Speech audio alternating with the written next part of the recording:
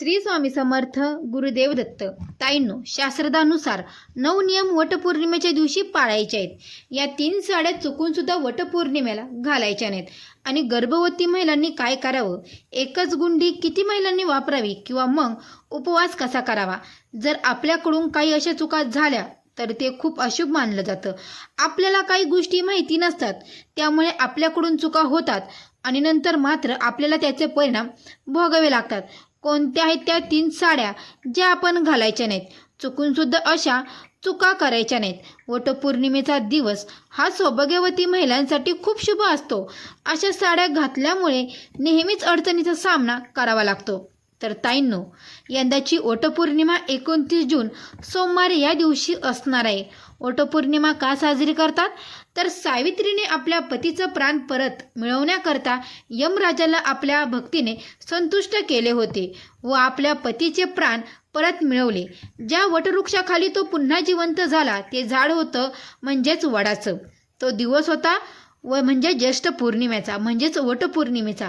त्यामुळे सावित्रीने वडाची मनोभावे पूजा केली व या प्रसंगाची आठवण म्हणून आजही आपण सर्वजण श्री वडाच्या झाडाची मनोभावे पूजा करतो। म्हणजेच देवतुल्य असे झाड म्हणून सुद्धा ओळखलं जातं। वडाच्या झाडामध्ये प्रत्यक्ष ब्रह्मा, विष्णू, महेश या तिन्ही देवतांचं स्थान आहे।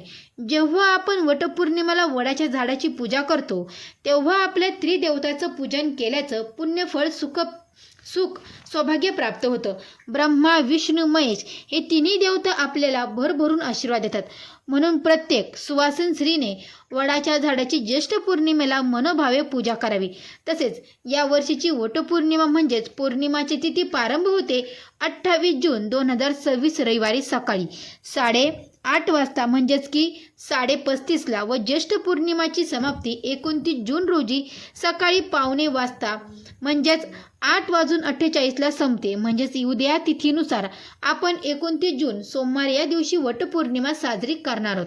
तर वटपौर्णिमेची पूजा कधी करू नये, 28 जून 8:30 वाजता सकाळी पौर्णिमेची तिथी प्रारंभ होते आणि दुसऱ्या दिवशी 29 जून 8:48 ही तिथी संपणार आहे। परंतु यामध्ये 29 जूनला सकाळी 6:44 ती 8:27 पर्यंत राहुकाळ असणार आहे।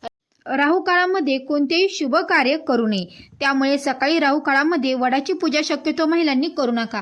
म्हणजे तुम्ही 8:27 नंतरच पूजा करणं अनिवार्य राहील। आपल्या भोलेनाथाचा दिवस म्हणजे सोमवार, हा सौभाग्यवर्ती असे वटपौर्णिमेचे व्रत ठरणार आहे। सर्व महिलांनी या दिवशी लवकर उठायचं आहे, वडाच्या झाडाची पूजा करायची आहे। काही महिला काय करतात की सकाळी अगदी लवकर उठतात आणि घाईघाई करून वडाच्या झाडाची कशी पूजा करतात, परंतु असं करू नका महिलांनो, ताईंनो। हा दिवस वर्षातून एकदाच येत असतो, त्यामुळे नीट व्यवस्थित पूजा करावी।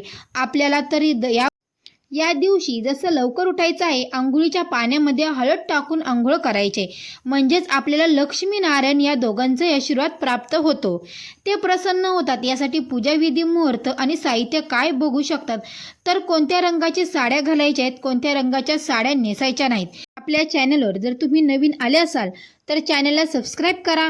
कमेंट बॉक्समध्ये श्री स्वामी समर्थ मात्र लिहायला विसरू नका। वडाच्या झाडाची पूजा केल्याने तिन्ही देवता प्रसन्न होतात। काही शारीरिक, मानसिक जे काही तुम्हाला त्रास असतील ते पूर्णपणे नष्ट होतात। या दिवशी महिलांनी आंघोळ केल्यानंतर लगेच आपल्या देवघरामध्ये सुरुवातीला आपल्याला घराची, देवाची छान अशी विविध पूजा करायची आहे। बघा, सोमवार असल्यामुळे आपल्याला भोलेनाथाचा दिवस अतिशय छान असा लाभलेला आहे। हा दिवस माता पार्वती सुद्धा आपल्याला छानशी अशी पूजा विविध करायची आहे। तसेच माता लक्ष्मीची सुद्धा पूजा करायची आहे। तुमच्याकडे मूर्ती असेल, फोटो असेल तर फोटोची छान अशी पूजा करा।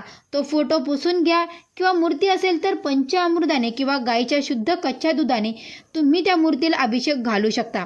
आपल्या कुलदेवताचा मंगळ कलश असतो ना, त्या दिवशी त्याच्यासमोर सुद्धा ओटी भरायची आहे। तुम्ही वटपौर्णिमेला देवी आईची ओटी खणनारायणे नाही भरली तरीही चालेल, परंतु वटपौर्णिमेला गहू आणि आंबा जरूर द्यावा। त्याने ओटी भरली तरीसुद्धा चालते. तुळशी मातेची पूजा करायची आहे आपल्याला. ज्येष्ठ पौर्णिमेच्या वटपौर्णिमेला गव्हाच्या ओटीला खूप महत्त्व असतं. आपण इतर वेळी तांदळाची किंवा अख्ख्या तांदळाची ओटी भरत असतो. यावेळी ज्येष्ठ पौर्णिमेला जेव्हा आपण वडाच्या झाडाजवळ ओटी ठेवतो किंवा मग 5 बायकांची ओटी भरत असतो तेव्हा आंब्याने आणि गव्हाने ओटी भरावी. महिलांनो, ताईंनो, या दिवशी गव्हाचा वापर करा. माझी विनंती आहे, तुम्हाला आपल्या कुलस्वामिनीची ओटी भरताना किंवा तुळशी मातेजवळ ओटी भरताना किंवा वडाच्या झाडाखाली ओटी भरताना सुद्धा किंवा 5 बायकांची जेव्हा ओटी भरतात तेव्हा सुद्धा मोठे मोठे असे गहू वापरायचे आहेत. तांदूळ वापरू नका. गव्हाला या दिवशी खूप महत्त्व असतं. गव्हाला सोन्यासारखं मानलं जातं. म्हणून सोन्यासारखं सुख ऐश्वर्य तुमची ओटी देवी आई साक्षात माता लक्ष्मी देत असते. म्हणूनच गव्हाचा वापर करायचा आहे. वडाचे झाड हे धार्मिकरित्या जितके महत्त्वाचे आहे तितके शास्त्रीयदृष्ट्या वडाचे झाड महत्त्वाचे आहे. हे झाड 100 वर्षापेक्षा जास्त दिवस जगतं. त्यामुळे सौभाग्यवती महिला पतीला दीर्घायुष्य लाभण्यासाठी हे व्रत मनोभावे करत असतात. वडाचे झाड हे 100 वर्षापेक्षा जास्त दिवस जगतं. त्याचप्रमाणे पतीला सुद्धा असे दीर्घ आयुष्य लाभावे अशी प्रत्येक महिलाची ईश्वराच्या चरणी प्रार्थना असते आणि जन्मजन्मी हाच पती भेटावा यासाठी महिला मनोभावे वटपौर्णिमाचे व्रत करतात. वटपौर्णिमा पूजा पद्धत. वटपौर्णिमेच्या दिवशी विवाहित स्त्रियांनी स्नान करून 16 शृंगार परिधान करावेत. व्रताचा संकल्प करून पिवळ्या रंगाची साडी परिधान करावीत. वडाच्या झाडाला पूजनासाठी ताटात फुले, अक्षदा, दिवा, अगरबत्ती, मिठाई, साखर किंवा पुरणपोळी, ओटी भरण्यासाठी गहू, आंबा, एखादा ब्लाऊज पीस, यथाशक्ती गोड काहीतरी असावे. आंबा, हळद, कुंकू यासारख्या गोष्टी ठेवाव्या. वडाच्या झाडाला पाणी टाकून रक्षासूत्र बांधून 7 वेळा प्रदक्षिणा मारा. पतीच्या दीर्घ आयुष्यासाठी मनोभावे प्रार्थना करा. विवाहित स्त्रियांना सौभाग्याचे लेणं देऊन त्यांचा आशीर्वाद घ्यावा. यामुळे आपल्या सौभाग्यात वाढ होते आणि आपल्याला त्यांचे शुभ आशीर्वाद मिळतात. वटपौर्णिमेला कोणती साडी नेसावी आणि कोणती साडी नेसू नये. वटपौर्णिमेच्या दिवशी हिरव्या रंगाची साडी जर महिलांनी तुमच्याकडे असेल तर आवश्यक परिधान करा. हा रंग सुख सौभाग्याचे प्रतीक आहेत. हिरवा रंग देवी आईचा आवडता बहरलेला शुभ रंग आहे.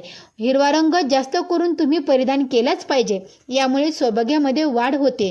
त्याचबरोबर जर तुमच्याकडे लाल रंगाची साडी असेल, पिवळ्या रंगाची साडी असेल किंवा लाल रंग, पिवळा रंग, भगवा रंग श्री हरी विष्णूंचा आवडता रंग, गणपती बाप्पा यांचा सुद्धा पिवळा रंग आवडता रंग आहे, तुम्ही तो परिधान करू शकता. त्याचबरोबर केशरी रंग आनंदाचा उगवता सूर्यासारखा तेजस्वी असा ऑरेंज कलर तुम्ही परिधान करू शकता. परंतु या दिवशी चुकून सुद्धा तुम्हाला काळा रंग, पांढरा रंग आणि या रंगाच्या साड्या परिधान करायच्या नाहीत.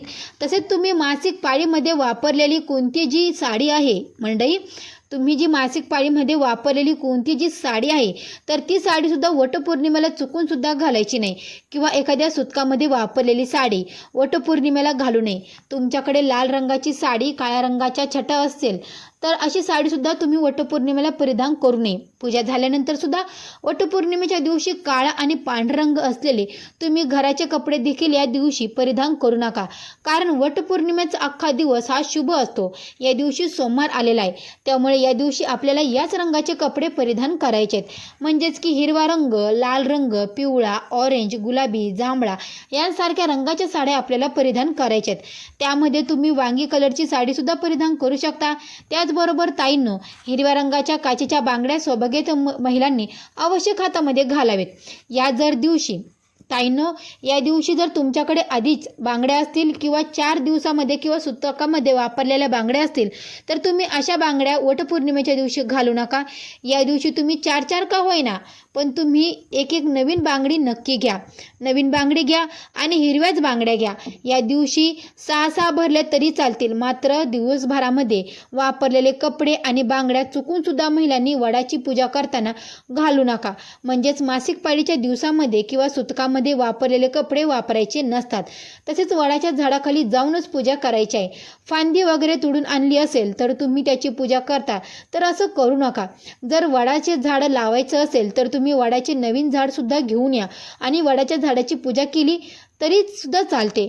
तसंच झाड तुम्ही एखादं कॅन्टीनमध्ये किंवा तुमच्या गॅलरीमध्ये किंवा तुमच्या घराजवळ लावलं तरी सुद्धा चालतं. पण मंडळी, फांद्या तोडून त्या फांद्याची पूजा करू नका किंवा फांद्या तोडण्याची चूकसुद्धा अजिबात करू नका. कारण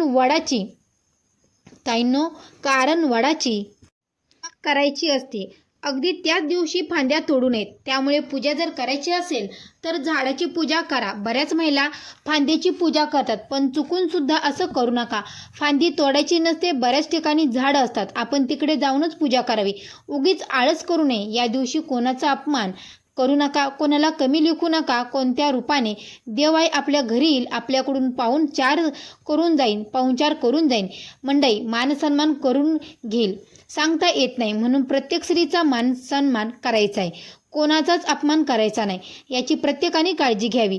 तसेच या दिवशी मांसाहार मद्यपान होणार नाही याची सुद्धा काळजी घ्या. तुम्हाला या दिवशी जेवढं झाड लावता येतील तेवढे झाडं या दिवशी लावा. एक का होईना पण प्रत्येकाने वडाचं झाड लावायला पाहिजे. किंवा मग तुम्हाला तर तुळस लावता आली तर तुळस तुम्ही लावू शकता किंवा वडाचे झाड लावू शकता. हे अतिशय शुभ असतं. वटपौर्णिमेच्या दिवशी आपल्याला घरामध्ये शांतता राहील याची प्रत्येकाने काळजी घ्यायची. महिलांनी स्वतः शांत मन ठेवा. अगदी प्रसन्न राहा. प्रसन्न मनाने केलेली पूजा असू द्या, व्रत असू द्या, उपवास फळ देऊन सुद्धा ती केली जातं. प्रसन्न मन ठेवा तर सर्व काही प्रसन्न राहतं. पूजेसाठी काय साहित्य लागणार आहे तर यामध्ये तुम्ही हिरव्या बांगड्या घेऊ शकता, नंतर पंचामृत घेऊ शकता, गाईचं कच्चं दूध घेऊ शकता, ते सुद्धा साहित्यामध्ये त्याच्यामध्ये ॲड करू शकता. नंतर सुपारी, पैसे, दुर्वा, गहू, फुले वगैरे तुम्ही याच्यामध्ये ॲड करू शकता. नंतर तुम्हाला जर वडाच्या झाडाला एखादा हार घालायचा असेल तर तुम्ही तो सुद्धा घेऊ शकता. आपल्याला सर्व महिलांना माहिती आहे की प्रथम आपण गणपतीची सुपारी मांडून स्थापना करायची आहे. सर्वात प्रथम दिवा लावायचा, नंतर गणपतीची पूजा करायची. पहिल्यांदा वडाच्या झाडाखाली गेल्यानंतर पहिल्यांदा गणपती बाप्पाला मान द्यायचा आहे, म्हणून विड्याचे 2 पानं मांडून त्यावर सुपारी ठेवायची. गणपती बाप्पाची आपल्याला प्रथम पूजा करायची. त्यांना हळदी कुंकू लावून अक्षदा, फुलं, दुर्वा वाहून पंचोपचार करायचं, पूजा करायची. नंतर आपल्याला वडाच्या झाडाला थोडंसं दूध किंवा पंचामृत किंवा पाणी अर्पण करायचं आहे. नंतर हळदी कुंकू, फूल वाहून पूजा करायची आहे. नंतर आपल्याला सुद्धा गुंडाळायचा आहे, म्हणजेच की दोरा गुंडाळायचा आहे. सौभाग्याचा अलंकार असलेला मंडळी, सौभाग्याचा अलंकार आणला असेल तर सौभाग्याचा अलंकार सुद्धा तुम्ही वडाच्या झाडाला अर्पण करायचा आहे. मुठभर गहू, तुम्हाला आंबा, या गोष्टी यासाठी लागणार आहेत. माता सावित्रीच्या ओटीसाठी तुम्ही वडाच्या झाडाखाली ती ओटी भरायची आहे. दरवर्षी पूजा करतात अगदी तशीच तुम्हाला पंचोपचारे पूजा करायची आहे. जन्मजन्मी हा जोडीदार मिळावा, या जोडीदारासोबतचे आयुष्य सुखाचे, समृद्धीचे, आरोग्याचे आणि भरभराटीचे जावं हीच ईश्वरचरणी प्रार्थना अशी करा. नंतर तुम्ही काय खाल्लं तरी सुद्धा चालेल. काही महिला काय करतात की वटपौर्णिमेच्या दिवशी संपूर्ण दिवस आणि रात्र असा उपवास करतात, मग तो उपवास दुसऱ्या दिवशी सोडतात.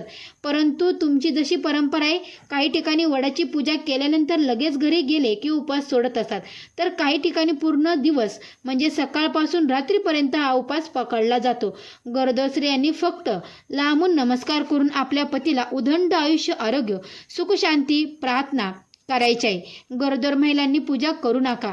तुमचा जर 7वा, 8वा, 9वा असे महिने चालू असतील तर चुकून सुद्धा वडाच्या झाडाला फेरा मारू नका, नाहीतर पोटातल्या बाळाला कालसर्प दोष लागण्याची शक्यता असते, असं आपल्या पुराणामध्ये सांगितलं आहे. गरोदर महिन्याने पुढील वर्ष पूजा करायची आहे तर यावर्षी पूजा करू नये. नंतर